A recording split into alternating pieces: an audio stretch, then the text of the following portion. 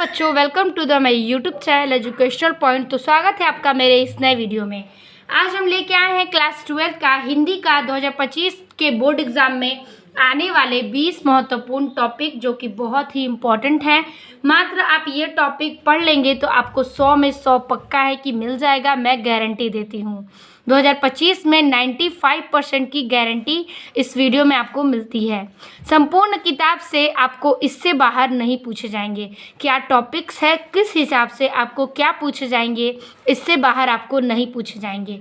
जो भी है आपको इस वीडियो में मिल जाएगा। और जो इम्पोर्टेंट टॉपिक है आप उसके अंतर्गत पढ़ते हैं तो आपको इसमें पूरे 100 में 100 मिल जाएंगे। तो चलिए वीडियो को देर न करते हुए स्टार्ट करते हैं और देखते हैं कि हमारे वो 20 कौन से महत्वपूर्ण टॉपिक हैं। तो सबसे पहला टॉपिक होता है हमारा खंड क। खंड क में आपको क्या पूछे जाएंगे, तो देखिए खंड क में कई लोगों का क्वेश्चन होता है कि कैसे बहुविकल्पीय याद करें कि हमारे नंबर कंफर्म हो जाएं। तो आपको इन क्वेश्चंस में से आप याद करेंगे तो आपको बहुत ही हेल्पफुल होगा और आपको ज़्यादा पढ़ने की ज़रूरत नहीं पड़ेगी। हिंदी के बहुविकल्पीय प्रश्न जो कि 10 नंबर के पूछे जाते हैं और आपको पूछे जाएंगे प्रश्न कहाँ से, तो हिंदी गद्य के साहित्य से। हिंदी गद्य का साहित्य जो है आपको शुक्ल युग और शुक्लोत्तर युग दोनों में से देखना है। और विधाएं जो है आपको देख लेनी है निबंध, उपन्यास, कहानी और आलोचना की। विधाएं जो कि हैं बहुत ही बहुविकल्पीय में पूछे जाते हैं कि इस कहानी का विधा क्या है, इस पत्र का लिखा विधा क्या है, तो आपको दिक्कत होती है। तो आप ये सब याद कर लेंगे तो आपके बहुविकल्पीय प्रश्न फटाफट सॉल्व हो जाएंगे। और इसके बाद आपको हिंदी गद्य के अलावा 10 बहुविकल्पीय प्रश्न पूछे जाएंगे, जिसमें से आपके 5 गद्य से होंगे और 5 आपको काव्य से मिलेंगे।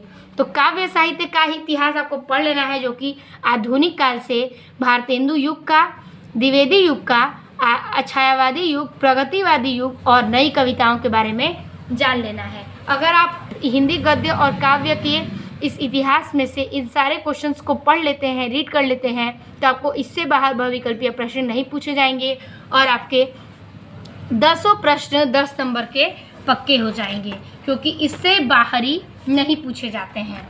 आपके इस 10 नंबर को कंफर्म हो जाना है। तो ये हो गया हमारा बहुविकल्पीय प्रश्न, जो कि कई लोग कंफ्यूजन में रहते हैं। तो अब हम देखेंगे अपना दूसरा प्रश्न वो क्या है। तो देखिए दूसरे में कुछ महत्वपूर्ण गद्यांश आते हैं।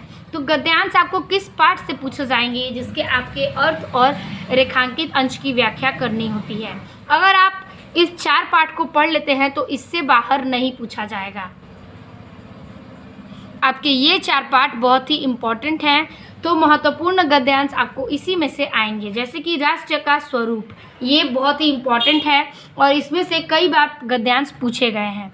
तो राष्ट्र का स्वरूप आप पढ़ लीजिएगा। उसके बाद अशोक के फूल है, ये भी इम्पोर्टेंट चैप्टर है। और फिर अगला है भाषा और आधुनिकता और चौथा है निंदा रस। ये 4 टॉपिक बहुत ही महत्वपूर्ण है। निंदा रस जो है वो बहुत ही इम्पोर्टेंट है, आपको इन्हीं 4 में से पढ़ लेना है। इससे बाहर आपको गद्यांश नहीं पूछे जाएंगे। आप इनकी कहानी को और इनके जितने भी प्रश्न बुक में दिए गए हैं आप उसे सॉल्व कर लें, ताकि आपको इसमें से कोई भी दिक्कत ना हो। गद्यांश आपके 10 नंबर के पूछे जाते हैं और इसमें आपको 5 प्रश्न मिलेंगे, प्रत्येक प्रश्न 2 नंबर का होता है। तो आपको ये किसी भी प्रकार से नहीं छोड़ना है कि हमारे 10 नंबर छूट जाएं। आपको बहुत ही ध्यान देना है इस गद्यांश पे। आगे हम देखेंगे पद्यांश। तो तीसरा हमारा क्वेश्चन पूछे जाएंगे महत्वपूर्ण पद्यांश से रिलेटेड। तो पद्यांश में आपको क्या इंपॉर्टेंट है, तो पद्यांश है आपका पवन दूतिका के, कैकई का अनुपात, श्रद्धा मनु और गीत जो है महादेवी वर्मा का आपको पूछा जाएगा, क्योंकि मैथिली शरगुप्त का गीत कट चुका है, और नौका विहार। आपको इन 5 टॉपिक किसे हट के पद्यांश नहीं पूछे जाएंगे। और आपको ये भी 10 नंबर के क्वेश्चन हैं, जिसमें आपको 5 क्वेश्चन पूछे जाएंगे 2-2 नंबर के। आपको ये भी 10 नंबर और ये 10 नंबर दोनों ही 20 नंबर नहीं छोड़ने हैं, क्योंकि ये बहुत ही बड़ा टॉपिक है। आपको इसमें से रेखांकित अंश की व्याख्या तो ज़रूर से देगा और ऐसे ऐसे क्वेश्चंस इसमें देंगे जो आपको उसी पैराग्राफ से रिलेटेड होंगे। तो आप इन महत्वपूर्ण क्वेश्चन को सॉल्व कर लेंगे, पैराग्राफ को पढ़ लेंगे तो आपको इससे बाहर ही नहीं पूछे जाएंगे। ये हो गए हमारे 3 टॉपिक। बाकी के जो 17 टॉपिक है उसे हम बारी बारी देखेंगे। तो 5वां प्रश्न हमारे पूछते हैं कि लेखक का साहित्यिक परिचय दीजिए। तो लेखक जो है वो कौन से लेखक इम्पॉर्टेंट हैं हमारे, तो गद्य से कुछ लेखकों को हमारे जीवन परिचय लिखने होते हैं और कुछ काव्य से। तो 5वें का क और ख में यही प्रश्न होता है हमारे जीवन परिचय का। जीवन परिचय आपका 5 नंबर का पूछा जाता है। तो कौन सा जीवन परिचय इंपॉर्टेंट है आपको पढ़ना है। तो साहित्यिक परिचय को लेते हुए आपको ये 5 नंबर का जीवन परिचय 5 नंबर गद्य से और 5 नंबर काव्य से मिल जाएंगे। कई बार पूछे गए जीवन परिचय हैं जो कि यहाँ पे आपको गद्य से वासुदेव शरण अग्रवाल का पूछा जाएगा, आचार्य हजारी प्रसाद द्विवेदी और प्रो जी सुंदर रेड्डी। ये तीनों बहुत ही इंपॉर्टेंट हैं और हर बार इसमें से तीनों में से आप पेपर खोल के देख सकते हैं, आपको इन तीनों में से कोई ना कोई लेखक ज़रूर मिल जाएंगे। फिर आता है कवि। हमें एक लेखक का जीवन परिचय लिखना होता है और एक कवि का। तो कवि का जो है लेखक वो कौन से कवि का महत्वपूर्ण है, तो अयोध्या सिंह उपाध्याय हरिऔध। ये कई बार के पूछे गए हैं और ये बहुत ही इंपॉर्टेंट है। ये तो ज़रूर है कि आपके पूछे जा सकते हैं। जयशंकर प्रसाद, रामधारी सिंह दिनकर और महादेवी वर्मा, ये चारों आपके कवि जो हैं बहुत ही इम्पोर्टेंट्स हैं और ये माने जाने कवि हैं जो कि प्रसिद्ध कवि हैं। तो आपको इन 7 जीवन परिचय को देख लेना है, पढ़ लेना है और इनकी जो रचनाएं हैं उनको बहुत ही ध्यान देते हुए पढ़ना है, क्योंकि रचनाओं पर आपको 2 नंबर मिल जाते हैं और 3 नंबर आपके लिखावट पे। तो इसी प्रकार से आपको जीवन परिचय इन सब का तैयार कर लेना है। अब हम देखेंगे अपना 6वां टॉपिक। तो 6वां टॉपिक है हमारा कहानी। तो कहानी में आपको या तो उसके सारांश आते हैं या फिर कहानी के कथा वस्तु का उल्लेख कीजिए। तो आपको इन दोनों में से यही 3 पाठ जो है बहुत ही इंपॉर्टेंट है जिसमें से आपको पूछे जाते हैं। पहला पाठ है पंचलाइट और दूसरा है बहादुर और तीसरा है ध्रुव यात्रा। इन तीनों से हटकर आपके नहीं पूछे जाएंगे, अथवा करके आपको इन्हीं में से तीनों में से कोई ना कोई पूछे जाएंगे जिसको आप तैयार कर सकते हैं। आप इन तीनों को देख लीजिएगा, इनकी कहानी को, जो कि मैंने वीडियो अपलोड इसका भी कर दिया हुआ है। अब हम देखेंगे खंड काव्य। तो 7वां जो महत्वपूर्ण टॉपिक है वो है खंड काव्य। तो खंड काव्य में क्या पूछता है, तो हमारे इलाके के कई जो महत्वपूर्ण चीज़ें हैं, जैसे कि सबके इलाके में अलग अलग कहानियों के बारे में हमें खंड काव्य में लिखना होता है।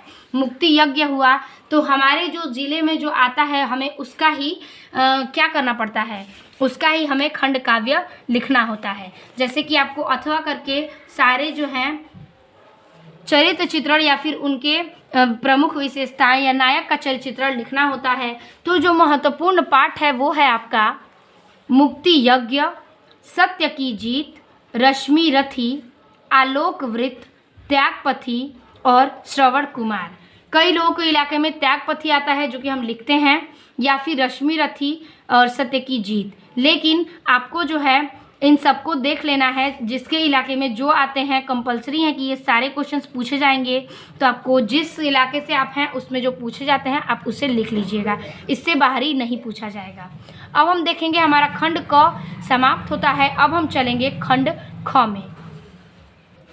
तो खंड ख का जो 8वां हमारा टॉपिक है वो है संस्कृत गद्यांश। गद्यांश जो होते हैं हमारे संस्कृत के वो 7 नंबर के होते हैं, जिसमें से 2 नंबर का संदर्भ यानी कि उस संदर्भ लिखना होता है और प्लस 5 नंबर में हिंदी का अनुवाद लिखना होता है। यही करके हमारे 7 नंबर कंप्लीट होते हैं। तो इस गद्यांश में से कौन से पाठ के गद्यांश ज़्यादा महत्वपूर्ण है, तो यही 4 पाठ है जो कि इसका गद्यांश बहुत ही इम्पोर्टेंट है और कई बार पूछे जा चुके हैं। जैसे कि जातक कथा, संस्कृत भाषायाः महत्वम, महामना मालवीय, पंचशील सिद्धांता। ठीक है, तो ये आपके चारों टॉपिक बहुत ही इंपॉर्टेंट है जो कि आपको पढ़ लेने हैं। फिर संस्कृत पद्यांश के श्लोक पूछे जाते हैं। श्लोक और गद्यांश दोनों पूछे जाएंगे और आपको दोनों में ही 7-7 नंबर मिलने वाले हैं। तो संस्कृत पद्यांश के श्लोक आपको 2 ही पाठ के बहुत ही इंपॉर्टेंट हैं। एक है सुभाषित रत्नानी और दूसरा है जातक कथा। तो सुभाषित रत्नानी में जो है वो आपको इम्पोर्टेंट पैराग्राफ है उसमें, और जातक कथा में भी। तो आपको इन्हीं दोनों में से कोई किसी एक के श्लोक पूछे जाएंगे। अब है हमारा 10वां टॉपिक। 10वां टॉपिक कह रहा है मुहावरा एवं लोकोक्तियाँ। ठीक है। तो मुहावरे आपके बहुत इंपॉर्टेंट हैं, पूछे जाते हैं, जो कि 2 से 4 नंबर के आपको पूछे जाएंगे मुहावरे। और ये हर बार का है कि आपको ये मुहावरा आना कंपलसरी है। तो इसी प्रकार से हम मुहावरे के मैंने वीडियो अपलोड कर दिया, आप उसमें देख सकते हैं, कुछ इंपॉर्टेंट मुहावरे उसमें हैं। 11वां है अपठित गद्यांश। इस बार 2024 के बोर्ड एग्जाम में अपठित गद्यांश आना स्टार्ट हो गया है, जिसमें से आपको पैराग्राफ दिए जाएंगे और उसमें 3 प्रश्न दिए जाएंगे। आपको उस पैराग्राफ को देखते हुए उसके अर्थ नहीं लिखने हैं, क्या करना है कि आपको उस पैराग्राफ को देखते हुए क्वेश्चंस के आंसर देने हैं और एक ही लाइन है जिसका आपको उसी में अर्थ बनाना है, ठीक है। फिर 12वां इंपॉर्टेंट है हमारा शब्द युग्म, यानी कि शब्दों का जोड़ा बनाना है। और 13वां इंपॉर्टेंट है शब्द अर्थ, शब्द के एक अर्थ आपको उसमें से देने हैं। आपको 4 प्रश्न पूछे जाएंगे जिसमें से सिर्फ एक ही शब्द के अर्थ को लिखना होगा। 14वां इंपॉर्टेंट है हमारा कि अनेक शब्दों के लिए एक शब्द, मतलब अनेक शब्दों के लिए एक शब्द वाला भी वीडियो मैंने अपलोड कर दिया है, आप उसमें देख सकते हैं।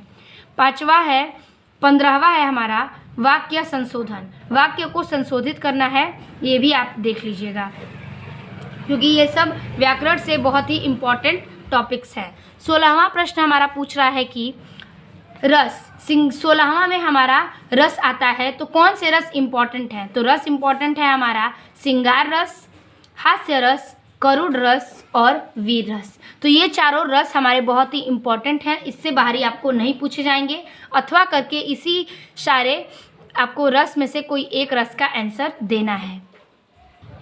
तो वीर रस भी आप देख लीजिएगा, आपको इसमें परिभाषा और उदाहरण दोनों ही लिखना होगा, जिसमें से आपको 2 नंबर मिल जाएंगे जो कि आपके फिक्स हैं। 17वां इंपॉर्टेंट है हमारा छंद रस, ठीक है। छंद में जो आते हैं, तो छंद में क्या इंपॉर्टेंट है? तो दोहा, सोठा और चौपाई। रोला भी है, लेकिन आपको इन तीनों में से भी पूछ दिए जाएंगे, क्योंकि आपको सिर्फ एक ही लिखना है, तो आप ये तीनों लिख सकते हैं। क्योंकि रोला काफ़ी बड़ा होता है तो वो अपवाद नहीं आता है, लेकिन आपको इन तीनों याद कर लेंगे तो आपके कोई ना कोई इसमें से पूछ दिए जाएंगे। आपको एक ही छंद, एक ही रस और एक ही अलंकार को लिखना होता है। 18वां है हमारा अलंकार। तो अलंकार में आपके इंपॉर्टेंट है रूपक अलंकार, यमक अलंकार, अनुप्रास अलंकार, उत्प्रेक्षा अलंकार, उपमा अलंकार। इसका भी वीडियो मैंने अपने पेज पे अपलोड कर दिया हुआ है, रस, अलंकार और छंद का, आप उसको देख सकते हैं। 19वां प्रश्न है हमारा टॉपिक इम्पॉर्टेंट, जो कि है पत्र लेखन। पत्र लेखन हमारे 6 नंबर के कंफर्म है कि पूछे जाते हैं। तो पत्र में आपको क्या आता है? तो पत्र नियुक्ति आवेदन पत्र, नियुक्ति आवेदन पत्र लिखने के लिए आपको पत्र दिए जाएंगे, ठीक है। और दूसरा है बैंक में किसी व्यवसाय के लिए ऋण प्राप्त करने का आवेदन पत्र, यानी कि बैंक से ऋण लेने के लिए आपको जो पत्र लिखना होता है वो भी इम्पॉर्टेंट है, क्योंकि कई बार बैंक वाले क्वेश्चंस हमारे हिंदी में आ जाते हैं। और है आखिरी हमारा इम्पॉर्टेंट कि अपने नगर या गांव की सफाई हेतु संबंधित अधिकारी को प्रार्थना पत्र लिखिए, ठीक है। तो नगर निगम की सफाई हेतु आपको अधिकारी पर पत्र लिखना है। और लास्टवा हमारा 20वां टॉपिक है निबंध। तो निबंध जो है हमारा 9 नंबर के पूछे जाते हैं, आपको किसी भी कीमत पे निबंध नहीं छोड़ना है। निबंध जो है पूछा जाता है किसमें का? तो पर्यावरण प्रदूषण समस्या और समाधान। पर्यावरण और प्रदूषण पे तो बहुत ही इम्पॉर्टेंट है, क्योंकि कई बार बोर्ड एग्जाम में पर्यावरण पर निबंध पूछे जा चुके हैं। भारत में बेरोजगारी की समस्या, ये भी है। विज्ञान वरदान और अभिशाप, भारत में जनसंख्या वृद्धि की समस्या और मेरे प्रिय कवि। ये अगर आप याद कर लेंगे तो आपको इससे हटके निबंध नहीं पूछे जाएंगे, पत्र नहीं पूछे जाएंगे और इससे हटके आपको कोई भी टॉपिक नहीं पूछे जाएंगे। क्या करना है आपको? 5 हेडिंग देनी है, जिसमें से 2 हेडिंग तो बहुत ही इंपॉर्टेंट है। पहला हेडिंग है प्रस्तावना, जो आपको इसके बारे में लिखना है, और लास्टवा हेडिंग हो जाता है हमारा उपसंहार। ये दोनों हेडिंग के अलावा आप बीच में हानि, उसके कारण, उसके समाधान, उसकी हानि वृद्धि सब लिख सकते हैं, लेकिन उपसंहार और प्रस्तावना दोनों हेडिंग बहुत ही इम्पॉर्टेंट है, आप उन दोनों हेडिंग को नहीं छोड़िएगा। इसी प्रकार से आप निबंध बना के भी लिख सकते हैं। तो ये तो हो गया हमारा 20 इम्पॉर्टेंट टॉपिक, लेकिन इसमें से कुछ फिक्स्ड टॉपिक हैं, वो आपको मैं दिखाना चाहती हूँ, जो कि आपको 40 नंबर पक्का है कि उसमें मिल जाएगा। तो चलिए देखते हैं हमारे फिक्स टॉपिक्स क्या है। तो ये हैं आपके कुछ फिक्स टॉपिक जो कि आपको 40 नंबर कंफर्म कराते हैं। अगर आपको पास होना है तो आप इसे भी पढ़ सकते हैं, लेकिन फिक्स्ड टॉपिक है ये आपके टॉपर्स के लिए भी बहुत ही इम्पोर्टेंट टॉपिक है। जैसे कि लेखक का साहित्य परिचय जो कि 5 नंबर के पूछे जाएंगे, तो यहाँ से आपको मिलता है 5 नंबर, और कवि का साहित्य परिचय यहाँ से मिलता है आपको 5 नंबर। ये 10 नंबर बहुत ही इम्पोर्टेंट हैं, आप इसे न छोड़ें। फिर है आपके कहानी। कहानी आपका पूछा जाता है कितने नंबर का? 6 नंबर का। और खंड काव्य आपके पूछे जाते हैं 5 नंबर के। ठीक है, कहानी और ये 5-5 नंबर के दोनों पूछे जाते हैं। 5 से 6 नंबर का भी ये भी होता है। ठीक है, तो ये हो जाएंगे आपके यहाँ से 11 नंबर। और संस्कृत पद्यांश श्लोक जो कि 7 नंबर का है, ये भी इम्पोर्टेंट है। रस छंद अलंकार 2-2 नंबर के तीनों पूछे जाएंगे, तो यहाँ से मिलता है आपको 6 नंबर। पत्र लेखन जो कि 6 नंबर के पूछे जाते हैं। तो इन सारे को ऐड कर लीजिए आप, तो 10 और 11 21, 21 और 6 12, 12 उसमें ऐड कर लीजिए तो हो जाएगा आपका 33, 33 और 7 जोड़ लीजिए तो हो जाता है आपका 39 नंबर आपके इसमें कंफर्म है। तो यहाँ से आपको 40 नंबर कंफर्म हो जाएंगे।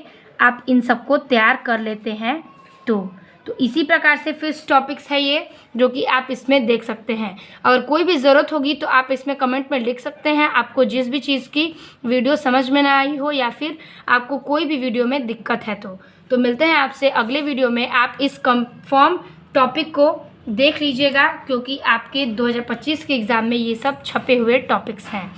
तो आई होप आपको वीडियो अच्छी लगी होगी। वीडियो पसंद आए तो अपने दोस्तों को शेयर कीजिएगा। मिलते हैं आपसे अगले बेहतरीन वीडियो में, तब तक के लिए धन्यवाद।